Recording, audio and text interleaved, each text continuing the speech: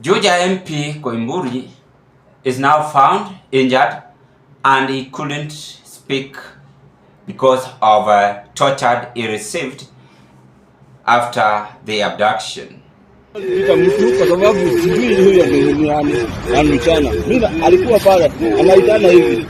Mimi unajua lugha hata sielewi. Now, I felt sad after I've watched that video. Remember, this is a father, he's also a leader, and he's also a Kenyan citizen. The president himself said that this country will never get into abduction again. But what are we now seeing? That is the question which we must ask ourselves. As much as we have political differences, must we abduct our own brothers and sisters? To make it worse, he was from church, abducted broad daylight, without any arrest warrant, and even the wife confirmed to us that he decided to rescue the husband in front of the children. But the effort bear no fruit, and it is so unfortunate that the MP was found downed, helpless, and rushed to Karen Hospital. I want us to dig deep into this, ladies and gentlemen. What was the aim of him being abducted? And what might be the problem behind this abduction? Before I carry on, please consider to like this video. Share my video to our friends, family, and relatives. Thank you so much for your continued support. Meanwhile, the wife reaction is also here with us. Venye tulifika kanisani kama kawaida, service ikaendelea vizuri na tulipomalizia ndipo tukiwa pale nje kama kawaida, mnajua watu wakitoka mheshimiwa nasalimia watu, hapo ndipo waliweza kukuja na wakamchukua, na sio ile kumchukua ya amani ama ile kumuomba tafadhali tunakuomba uingie hapa, ni ile ya kumgrab ambayo ilifanya sisi wote kama washirika kuna. Now, you've watched and listened to the dramatic scene. The family now fighting for the father.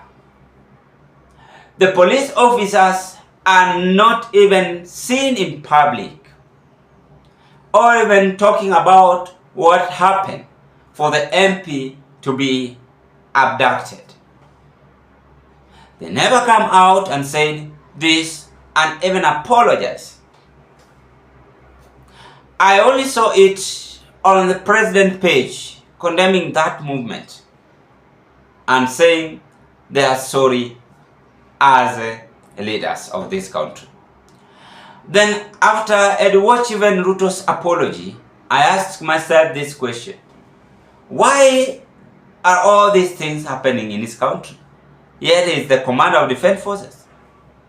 Why would you abduct an MP for supporting Rigathi Gachagua or any other politician? Yet each and every person has that freedom. What if he was killed? What if he was killed? Because some people are always being abducted and nowhere to be seen. We have seen that scenario. At the end of this abduction, they are being seen either killed or detained somewhere in the forest or even never eaten. Now look at that. An MP, the one who makes laws, was helpless. I'm just trying to weigh it. He had no son beside him. He had no security beside him. He was just there as a normal human being. The people who abducted him are unknown. The issue of abduction is still carrying on in this country. The government is quiet. They are just purchasing choppers, preparing themselves for 2027 election. But they don't want to come up with this conclusion. How can this abduction be stopped? It means that this member of parliament he has someone from the government who was tracing him, who had been following him, and this person might be working closer to one of the senior most top politicians. I am very much aware of this. Because the MP cannot just be abducted that way. Here is another thing which we receive as a county, in fact a very sad story. Member of Parliament shot dead. In fact, where there is a camera,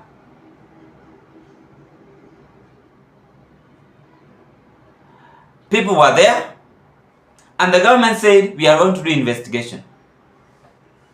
The investigation was done, na ni kitu tumezoea. This country, no one is safe. That is what I have observed. I want to plead with the government. Please, each and every person has that right to be protected.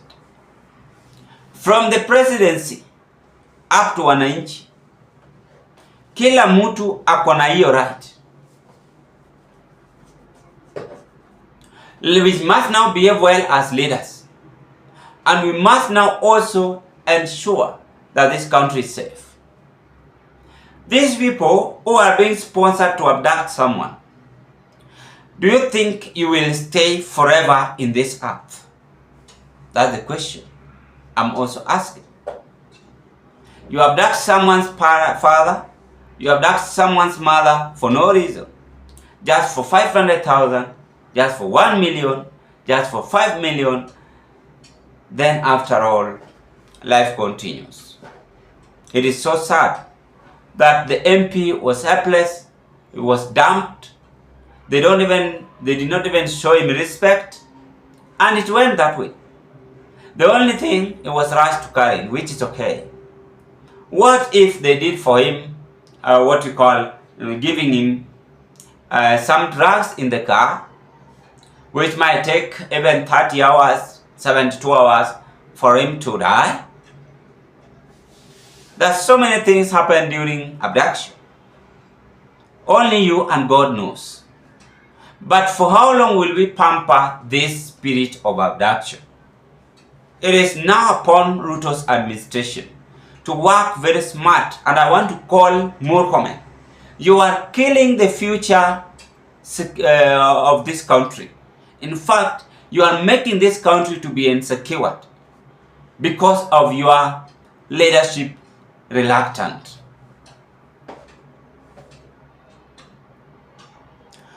Even you, if you are not keen, you will one day be abducted, together with all those your bodyguards, and you will do nothing. So we must protect our country. Na tusiwe Wakenya tuko na ile chuki vibaya sana kwa wenzetu. Hata kama tunatofautiana kwa kisiasa, lazima tupendane, lazima tuwe watu wenye wako na heshima kwa kila mtu,